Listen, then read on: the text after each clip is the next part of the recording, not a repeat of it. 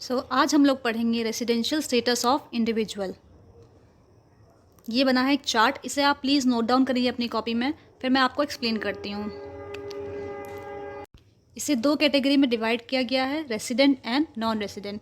कौन बंदा रेसिडेंट है एंड कौन बंदा नॉन रेसिडेंट है। तो रेसिडेंट चेक करने के लिए हमें पहली बेसिक कंडीशन देखनी पड़ेंगी। इसमें दो बेसिक कंडीशन दे रखी हैं। पहली बेसिक कंडीशन क्या है?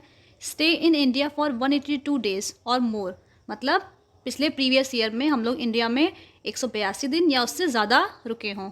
सेकेंड बेसिक कंडीशन क्या है? Stay in India for 60 days or more in previous year, पिछले साल 60 डेज रुके हो इंडिया में, and 365 days or more during 4 previous year immediately preceding the relevant previous year. मतलब प्रीवियस ईयर के पहले 4 साल हम लोग 4 साल में 365 दिन इंडिया में रुके हों। तो ये हैं हमारी दो बेसिक कंडीशंस। जो ये दो बेसिक कंडीशन फॉलो करता है वो बंदा होता है resident.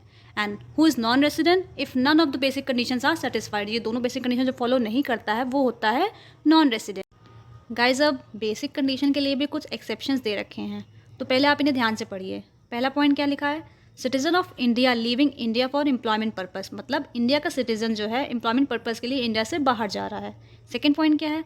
Citizen of India living India as a member of crew of an Indian ship, मतलब पोर्ट से, इंडियन पोर्ट से वो शिप पे बैठ कर as a member of crew वो इंडिया से बाहर जा रहा है। And third one, citizen of India और person of Indian origin coming to India, मतलब सिटीजन, इंडिया का सिटीजन या फिर person of Indian origin. Person of Indian origin means जो किसी भी बिलोंग करता हो इंडिया से, मतलब उसके पेरेंट्स इंडिया से बिलोंग करते हैं या उसके ग्रैंड पेरेंट्स इंडिया से बिलोंग करते हैं, वो बंदा होता है सिटीजन ऑफ इंडियन ओरिजिन। ठीक है, राइट, वो इंडिया वापस आ रहा हो। तो ये जो पहली दो कंडीशन दे रखी हैं, पॉइंट 1 एंड पॉइंट 2, इसके लिए only first basic condition need to be fulfilled. इन दो पॉइंट्स में हम लोग सिर्फ पहली बेसिक कंडीशन देखेंगे। क्या? सो गाइस, सिंपल सी बात है, ये जो पहले दो एक्सेप्शन दे रखी हैं इसके लिए हमें चेक करना है ओनली फर्स्ट बेसिक कंडीशन, मतलब 182 डेज वाली कंडीशन चेक करनी है। अगर वो फुलफिल हो रही है तो हम रेसिडेंट हैं। और जो थर्ड पॉइंट दे रखा है सिटीजन ऑफ इंडिया या फिर पर्सन ऑफ इंडियन ओरिजिन के बारे में, इसके लिए हमें ये पढ़ना है। बड़ा है बहुत, वेट, बहुत ईजी है, ध्यान से पढ़िए।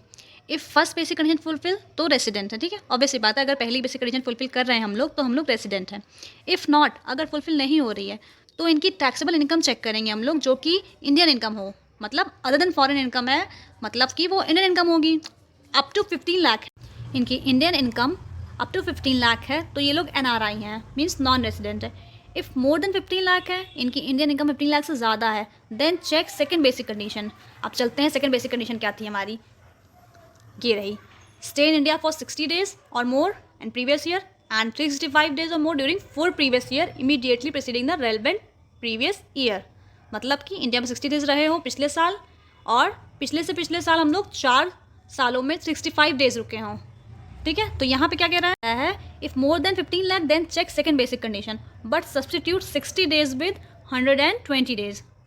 मीन्स अब यहाँ जो 60 डेज लिख रखा है इसे आप 120 डेज में बदल दीजिए, बाकी सारी कंडीशन पूरी वही रहेगी। 120 डेज रहे हो इंडिया में पिछले साल एंड 365 डेज रहे हो पिछले से पिछले 4 सालों में, राइट। मैं एक बार आपको फिर से एक्सप्लेन करती हूँ। सिटीजन ऑफ इंडिया और person of Indian origin coming to India, इस एक्सेप्शन के लिए हमें चेक करनी है फर्स्ट कंडीशन। अगर फुलफ़िल हो रही हो तो हम रेसिडेंट हैं, अगर फुलफ़िल नहीं हो रही हो तो हम उस बंदे की टैक्सेबल इनकम देखेंगे जो कि इंडियन इनकम होगी। अगर वो 15 लाख तक है तो बंदा नॉन रेसिडेंट है। ठीक है, अगर 15 लाख से ज़्यादा है तो हम लोग अपनी सेकंड बेसिक कंडीशन पे जाएंगे। सेकंड बेसिक कंडीशन ये रही, हम लोग इस पे जाएंगे, बट हम लोग यहाँ पे 60 डेज़ की जगह सब्सटीट्यूट करके 120 डेज़ करके इसे चेक करेंगे। बेसिक कंडीशन तो आप 60 डेज़ ही रहेगी, वहाँ आपको कोई बदलाव नहीं करना है, वो आपको बिल्कुल चेंज नहीं करना है, बस आपको यहाँ पे 60 डेज़ की जगह आपको 120 डेज़ कर देना है। ठीक है, ऐसे आपको चेक करना है कि वो बंदा रेसिडेंट है या आपका बंदा वो नॉन रेसिडेंट है, राइट। गाइस, अब रेसिडेंट बंदे की भी कैटेगरी होती है कि वो ROR है या RNOR है, मतलब रेसिडेंट एंड ऑर्डिनरी रेसिडेंट है या resident but not ordinary resident है। अब ROR कौन होता है? जो ये एडिशनल कंडीशन फुलफिल करता है। एडिशनल कंडीशन क्या है हमारी? एज पर basic condition he should be resident for at least 2 years out of 10 preceding years. पिछले 10 सालों में वो 2 साल बेसिक कंडीशन के हिसाब से रेसिडेंट रहा हो।